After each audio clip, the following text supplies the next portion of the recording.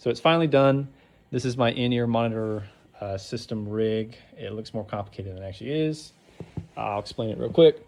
Basically, you got the front, and then you also got the back. So the back is where you plug everything in. And I made this like punch out panel. I routed all the wires and everything so I could easily plug it into the back of the device. So Ethernet for audio is a more recent innovation, but basically one Ethernet cable allows you to convert it to like 4 XLR microphone cables. So these 3 is where we could input. I can input up to 12, technically 16, but 12 is easier just because of the routing and stuff. So this is the main one. This is where like guitar, vocal, all of us will plug in. So this is where we input the signal, and then this is connected to this thing. It's a splitter. This is the catapult or radial catapult. This splits the signal. So we basically plug into this, and it splits it. I plug it here.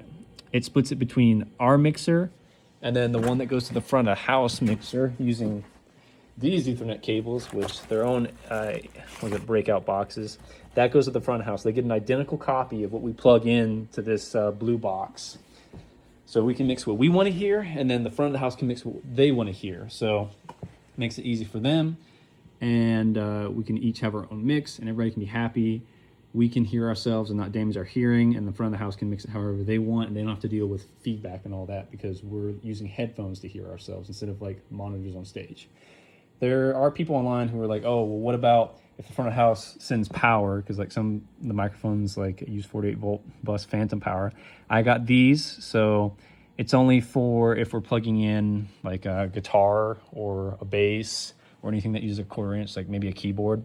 But these block phantom power, so if it's just a regular microphone, it won't be hurt like by phantom power. But if it is like a 1/4 inch cable, like a guitar or bass or whatever, then this protects them. But basically, everything's in the back where you plug it in or connect it.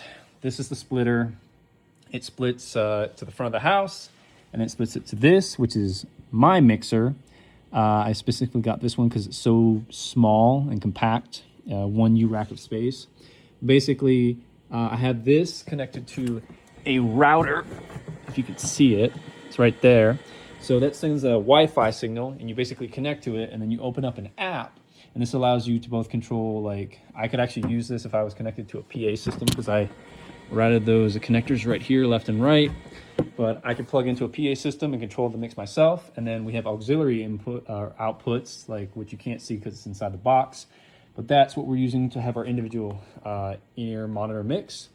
So plug into here, splits at the front of the house, splits it to here where we can control our own thing. And we can all do it on our phones. I have the main mixer. The other guys can control their individual mix of what they want to hear. And then, so this plugs also into this. Now, I didn't want to deal with batteries. We have these boxes, and the most common one is like a battery mixer or volume knob. It converts an XLR cable into like something you can plug a headphone, or not really headphone, but in-ear monitor headphones where they have multiple like speaker drivers instead of just regular like wired buds that you buy at a store. But basically, this allows me not need battery for the headphone amps, and it looks more complicated than it is. You basically have 6 inputs. If you can see here, this is 1, this is 2, 3, 4, 5. So you have knobs for just like 6 different channels. So up to 6 people can use this. My band currently just uses 4 people. But basically, plug into this. It splits it between the house and our own mixer. And this plugs into this, which we can use where I plug into this using a TRS cable, which converts it into a male XLR, which plugs into this box converter, which plugs into my headphones, and that's how I can hear myself. So it's like we're all playing with each other, but we're putting in headphones that both block out sound and allow us to hear each other. Yeah, and you're no longer like, you never long have to worry about like the environment you're in. You can play an aircraft or you could play at a stage or stadium, and you'll be able to hear yourself without like damaging your hearing. And the front of the house engineer, they can mix themselves they can mix how they want you to sound on stage however they want. They don't have to worry about feedback, and you can control your own individual mix. You don't have to worry about having an engineer monitor like a dedicated engineer to just mix your individual mix, so you can hear yourself if you're using a simpler in-ear system. But that's the system. I'm gonna do other things like shorten these cables so it's not so like clustered. I might mess around with the inside a little bit, cable management more, use like right angle Ethernet cables on the inside. And then this is Ethernet. I should have gotten EtherCon, so I'll probably change that later. But for right now, it works.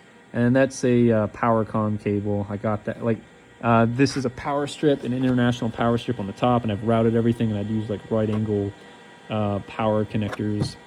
But it all routes here. If I want to turn off the system, all I do is do that. It's like a knob, an on-off switch.